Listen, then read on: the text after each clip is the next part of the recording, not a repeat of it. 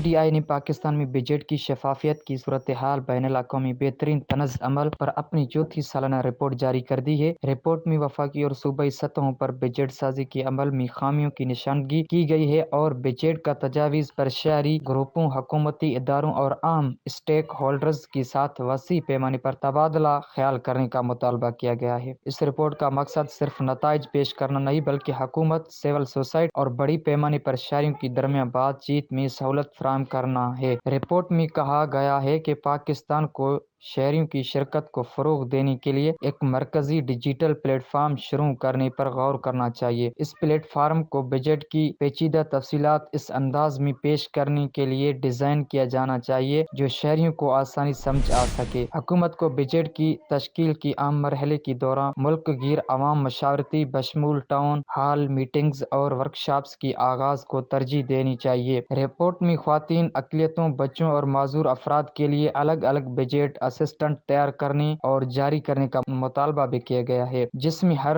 Group کی منفرد ضروریات اور چیلنجوں کے مطابق مخصوص مختص اور حکمت عملیوں کا خاکہ پیش کیا گیا ہے۔ رپورٹ میں پاکستان میں سینٹریزن بجٹ پیش کرنے کے عمل کو مخصوص قانون سازی یا ضوابط کے ذریعے باقاعدہ بنائے جانے پر زور دیا گیا ہے۔ سی پی ڈی آئی کی رپورٹ کے مطابق حکومتوں کو بجٹ کا ڈیٹا ایکسل اور سی ایس وی جیسی وسیع پیمانے پر مشین سے پڑھنے کے قابل فارمیٹس میں دستیاب کرانا چاہیے۔